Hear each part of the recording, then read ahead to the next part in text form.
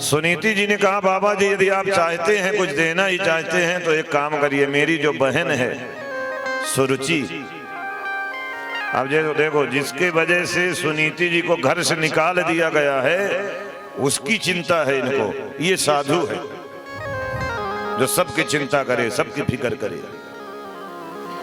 बोले उसको कोई संतान नहीं है, कई वर्ष हो गया विवाह को, कृपा करके एक संतान का आशीर्वाद दे दीजिए।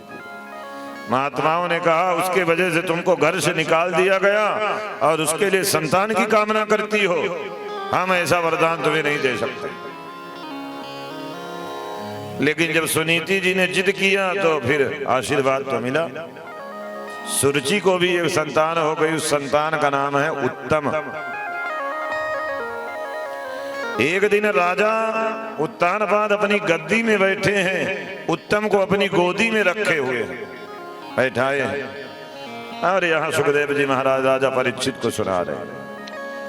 एकदा सुरुचि पुत्रम अंकमारोप्य लालयनु उत्तमं नारुरुक्षन्तम् ध्रुवम राजा भ्यनंदत।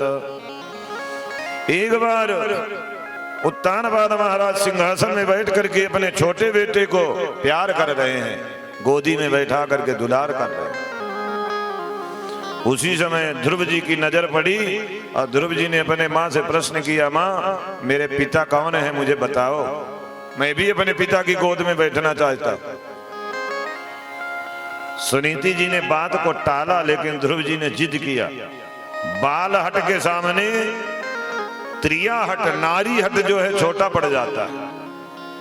जब ध्रुव जी ने हट किया तो सुनीति जी ने बताया जो गद्दी में बैठे हैं ना वही तुम्हारे पिता हैं, वो तुम्हारा भाई है छोटा जो उनकी गोद में इस समय बैठा है। ध्रुव जी ने जब सुना कि गद्दी में जो बैठे हैं वो मेरे पिता हैं, भागे भागे ध्रुव जी जो है पिताजी की गोदी की ओर दौड़े।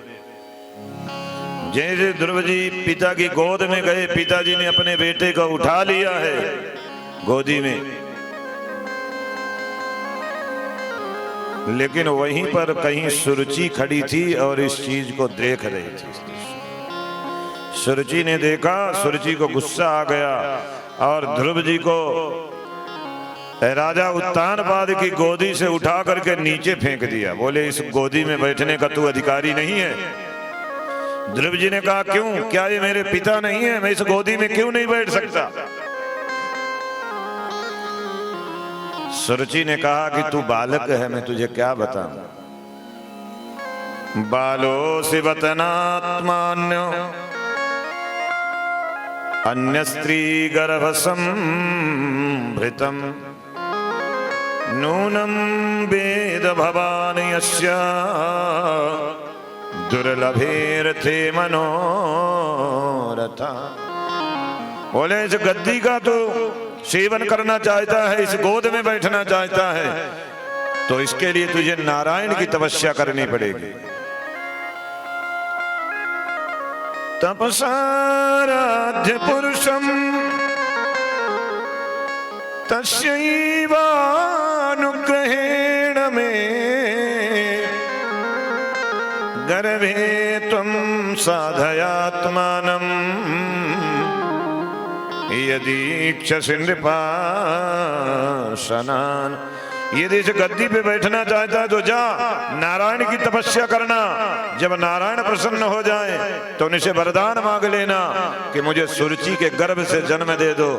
जब तू मेरे गर्भ से जन्म ले लेगा तब तू इस गद्दी में बैठने का अधिकारी बन जाएगा। ध्रुव जी ने प्रश्न किया है, जिसमें क्वालिटी होती है, जिसमें टैलेंट होता है, ज्ञान होता है, उसके अंदर प्रश्न उठते हैं। जैसे हमारे छोटू जो हैं हर्षवर्धन जी, ये प्रश्न करते हैं, इनके अंदर प्रश्न उठता है। क्यों? प्रश्न उसी के अंदर उठेगा जिसके अंदर चेतना होगी, जो जागा हुआ होगा, उसी में प्रश्न उठा। ध्रुव जी के अंदर प्रश्न उठा। ध्रुव जी ने कहा मेरे माँ में ऐसी कौन सी कमी है तुम्हारे अंदर ऐसा कौन सा गुण ज्यादा है जो तुम कह रही हो कि मैं इस गोदी पे नहीं बैठ सकता? मेरे माँ में क्या कमी है? इस गोदी में बैठने के लिए मुझे तुम्हारे गर्भ से क्यों जन्म लेना पड़ेगा? तुम्हारे अंदर ऐसी कौन सी विशेषता? सुरुचि ने कहा कि तू बालक है, अबोध है, तुझे ज्ञान नहीं है, मैं तेरे से बहस नहीं करना चाहती, लेकिन मैं तुझे इतना बताती हूं, जा नारायण की तपस्या कर। तपसा आराध्य पुरुषम तस्सैवानुग्रहेण में। यदि तू इस गोदी को पाना चाहता है तो नारायण की तपस्या कर। जब नारायण प्रकट हो जाएं तो उनसे एक ही वरदान मांगना, सुरुचि के गर्भ से जन्म मिले। जब तू मेरी गर्भ से मेरा बेटा बन करके आएगा तब तुझसे कोई प्रश्न नहीं करेगा, कोई तुझे इस गोदी से नहीं उठाएगा। ध्रुव जी वहां से रोते रोते अपनी माँ के पास में गए हैं। माँ के समक्ष जाकर के रोने लग गए। माँ, तुम्हारे अंदर क्या कमी है? उसमें क्या अच्छाइयां हैं ज्यादा? उसमें कौन से सद्गुण हैं जो मैं उस गोदी में नहीं बैठ सकता? मैं अपने पिता की मैंने क्या गलती करी है? अनेक प्रश्न जो है ध्रुव जी ने अपने माँ के सामने रख दिया और रोने लग गए। दीर्घम स्वसंती व्रजन पार अपश्यति बालक महाबाला मां मंगलम तात परे सुमंस्था भुंक्ते जनो यत्परदो कदस्तात्। ध्रुव जी को रोता हुआ जब सुनीति जी ने देखा है, समझाने लग गई, अपनी गोदी में ले लिया और कहती हैं, बेटा किसी के लिए गलत नहीं सोचते हैं। तुम्हारी माँ ने जो भी कहा है अच्छा ही कहा। उसने भगवान की तपस्या करने के लिए कहा, और जो भगवान का भजन करने के लिए कहे वो तो गुरु होता है हमारा। जाओ भगवान की भजन करो, छोड़ो दुनियादारी और भजन करो। 5 वर्ष के बेटे को सुनीति जी ने भजन करने के लिए वन की ओर भेज दिया है। ध्रुव जी ने वन का रास्ता अपनाया है, जंगल की ओर चले दिए, पहाड़ की ओर। एक नदी के किनारे पहुंचे हैं, भगवान को ढूंढने लग गए हैं। भगवान भगवान, लेकिन भगवान को ढूंढने का भी, खोजने का भी एक अपना विधान होता है। भगवान को ऐसे मनमानी नहीं ढूंढ सकते, एक तरीका है, और वो तरीका कौन बताता है? वो गुरु भगवान बताते हैं, है ना? क्या बात। एक बार हमारे छोटू के लिए जोरदार तालियां बजाएं, हर्षवर्धन के लिए, टैलेंटेड बॉय। भगवान को कैसे पाया जाए ये कौन बताता है? ये गुरु के द्वारा। कि गुरु बिन भव निधि तरही न कोई, गुरु बिन भव निधि तरही न कोई, गुरु बिन भव निधि तरही न कोई, गुरु बिन भव निधि तरही न कोई। जो ब्रह्मा बिरंची सन होई, जो ब्रह्मा बिरंची सन होई, जो ब्रह्मा बिरंची सन होई, जो ब्रह्मा बिरंची सन होई, गुरु बिन भव निधि तरही न कोई, गुरु बिन भव निधि तरही न कोई, तरही न कोई। गुरु के बिना कोई नहीं तर सकता, चाहे ब्रह्मा ही क्यों ना हो, उनको भी गुरु की आवश्यकता है। वो भी शिव जी को गुरु बनाए हैं, नारायण के भी गुरु हैं, भगवान ने भी गुरु बनाया है शिव जी को। शिव जी ने मंत्र दिया है, ओम नमः शिवाय।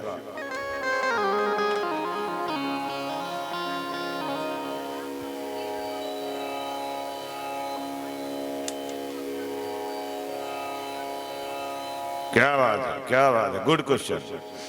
शिव जी के गुरु हैं ओम, ओंकार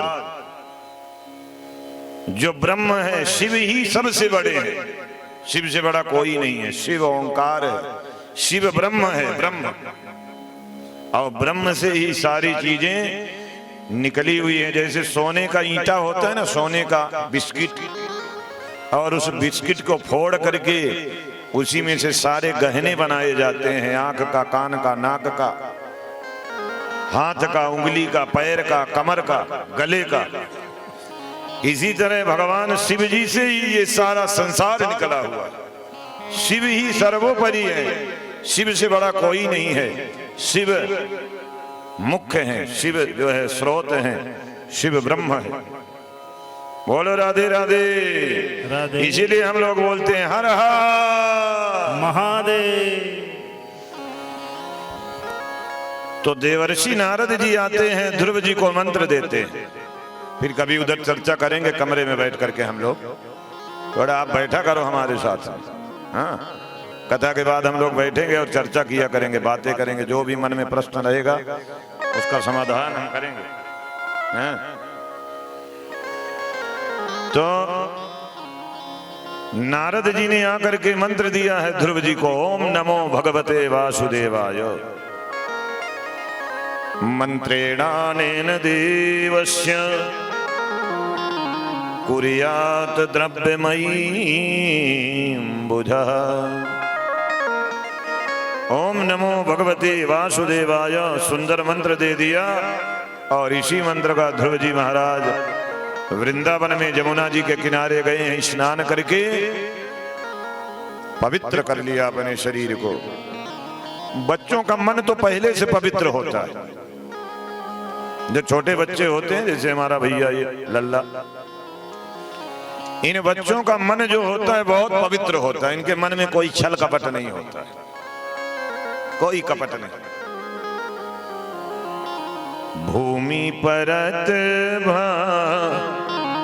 ढाबर पानी, भूमि परत ढाबर पानी।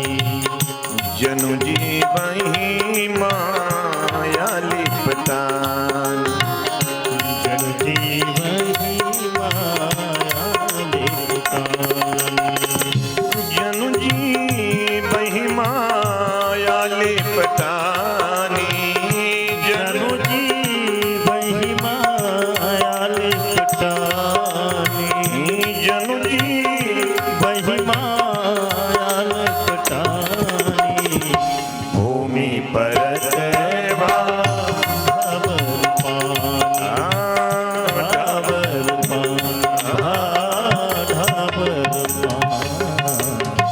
बच्चे निर्मल होते हैं, जैसे जल की वर्षा होती है, निर्मल पानी ऊपर से गिरता है, ऐसे बच्चों का हृदय भी निर्मल होता है। ध्रुव जी को जरूरत थी बाहर से पवित्रता की, जो शरीर है बाहर से वो भी पवित्र हो। वो गंगा और यमुना में स्नान करते हैं जब, तो बाहर से शरीर भी पवित्र हो जाता है। इस शरीर के द्वारा किया हुआ जो पाप है, जब हम गंगा जी में डुबकी मारते हैं, यमुना में नहाते हैं, तो हमारे सारे पाप धुल जाता है। जैसे कपड़े में दाग लग जाता है, मैल लग जाती है, जब हम उसको वॉशिंग मशीन में डालते हैं निरमा पानी के साथ, तो वो साफ हो जाता है। इसी तरह हमारा शरीर भी निर्मल हो जाता है। कब? जब गंगा में नहाते हैं, यमुना में नहाते हैं, या जब भगवान की कथा सुनने के लिए बैठते हैं। ये कथा भी गंगा है, इससे भी तन हमारा पवित्र हो जाता है, मन पवित्र हो जाता है। ध्रुव जी ने यमुना में स्नान किया है और मंत्र का जाप करने लग गए हैं। ओम नमो भगवते वासुदेवाय, ओम नमो भगवते वासुदेवाय, ओम नमो भगवते वासुदेवाय, ओम नमो भगवते वासुदेवाय। पहला महीना प्रारंभ हुआ ध्रुव जी का। तिरात्रांते तृतीयं च नयनमासं नवमे हने तीरात्रांते कपित्थ बदरासन आत्मवृत्त्यानुसारेण हरिश्चित्तम्। पहले महीने में 3 दिन तक कुछ नहीं खाते हैं, 3 दिन में एक बार फलाहार करते हैं। दूसरा महीना प्रारंभ हुआ, 6 दिन में एक बार घास फूस खाते हैं, पत्तियां खाते हैं। तीसरा महीना प्रारंभ हुआ, 9 दिन में एक बार जल पीते हैं। चौथा महीना प्रारंभ हुआ, 12 दिन में एक बार श्वास लेते हैं। 5वां महीना प्रारंभ हुआ तो श्वास पर भी विजय प्राप्त कर लिया है। दोनों हाथों को ऊपर उठा करके एक पैर में खड़े हो गए हैं और भगवान का भजन। ओम नमो भगवते वासुदेवाय। ओम नमो भगवते वासुदेवाय। एक पैर में खड़े होकर के भगवान का भजन कर रहे हैं। वासुदेवाय प्यारो नंद नंदनाय। वासुदेवाय प्यारो नंद नंदनाय। वासुदेवाय प्यारो नंद नंदनाय। ओम नमो भगवते वासुदेवाय। ओम नमो भगवते वासुदेवाय। ओम नमो भगवते वासुदेवाय। ध्रुव जी ने जब श्वास को रोक लिया, पूरे ब्रह्मांड की श्वास रुक गई। जीव जंतु मूर्छित होकर के गिरने लग गए। देवता लोग भागे भागे ब्रह्मा जी के पास गए। ब्रह्मा जी सबको लेकर के भगवान शिव जी के पास गए और शिव जी सबको लेकर के भगवान नारायण के पास आ गए। भगवान नारायण ने कहा क्या हुआ? देवताओं ने कहा कि नैवं विदामो भगवान प्राण रोधम चराचरस्य विधेहि तन्नो विदधाति मोक्ष प्राप्ता वयं त्वां शरणं शरण्यम्। श्वास नहीं ले पा रहे हैं, हुआ क्या है समझ में नहीं आ रहा। कुछ करिए, यदि आपने कुछ किया नहीं तो आपकी बनाई हुई सारी सृष्टि नष्ट हो जाएगी, सब मर जाएंगे। भगवान ने कहा चिंता न करो, मेरा लाडला भक्त, मेरा 5 वर्ष का मेरा भक्त ध्रुव मेरी तपस्या कर रहा है, उसने श्वास को जीत लिया है, इसलिए मेरी भी हम सब की श्वास जो है रुक गई है। हम दर्शन करने के लिए जा रहे हैं ध्रुव का। और भगवान दर्शन करने के लिए आए। मालिनम शंख चक्र गदा पद्मयी अभिव्यक्त चतुर्भुजम। चतुर्भुजी रूप भगवान नारायण प्रकट है ध्रुव के सामने। ध्रुव जी भगवान की स्तुति करना चाहते हैं लेकिन कुछ आता नहीं। भगवान के लिए एक शब्द का प्रयोग, एक श्लोक है, मूकम करोति वाचालम पंगुम लंघयते गिरिम यत् कृपातमहं वन्दे परमानंद माधवम। भगवान चाहें तो गूंगे को आवाज दे दें, अंधे को आंख दे दें। द्वार दया का जब तू खोले, द्वार दया का जब तू खोले, पंचम स्वर में गूंगा बोले। और अंधा देखी लंगड़ा चलकर पहुंचे काशी। भगवान की कृपा हो जाए तो अंधा देखने लग जाए, लगड़ा चल करके काशी पहुंच जाए, बस खाली भगवान की कृपा की जरूरत है। भगवान ने अपना 5 जन्य नामक शंख ध्रुव जी के कंठ से स्पर्श कराया है। ध्रुव जी के अंदर का जो सोया हुआ ज्ञान था वो जागृत हो गया। ध्रुव जी को भगवान ने अपना शंख यहां टच किया। शंख ध्रुव जी के अंदर जो सोया हुआ ज्ञान था वो ज्ञान जग गया और ध्रुव जी ने भगवान की सुंदर स्तुति किया है। योऽन्तः प्रविश्य मम वाचमिमां प्रसुप्तां संजीवयत्यखिल शक्तिधरा स्वधाम्नः अन्याश्च हस्तचरणश्रवणत्वगादीन् प्राणन् नमो भगवते पुरुषाय तुभ्यम्। क्या स्तुति है ध्रुव जी के द्वारा, दिव्य स्तुति। प्रभु आप मेरे अंतःकरण में प्रवेश करके मेरी सोई हुई जो वाणी थी उसको आपने जागृत किया। अन्याश्च हस्तचरण श्रवणत्वगादीन प्राणं नमो भगवते पुरुषाय। ऐसे दयालु भगवान के चरण में, ऐसे दयालु भगवान की चरण शरण को छोड़ करके मैं कहां जाऊं। मैं आपके चरणों में बारंबार प्रणाम करता हूं। कितने दयालु हैं आप। बहुत प्रकार से स्तुति की है। भगवान ने कहा वरदान मांगो। ध्रुव जी ने क्या वरदान मांगा है। ध्रुव जी कहते हैं जहां आपकी कथा हो 24 घंटे ऐसी जगह मुझे दे दीजिए जहां 24 घंटे कथा हो, ऐसी जगह।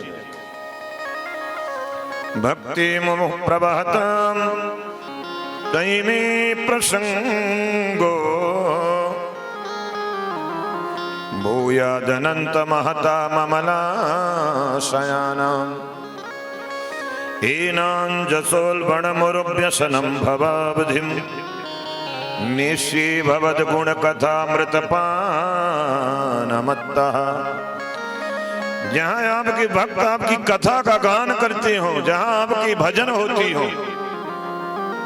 ऐसी जगह में मुझे आप भेजें। वही जगह मुझे चाहिए जहां रात दिन आपकी कथा होती हो।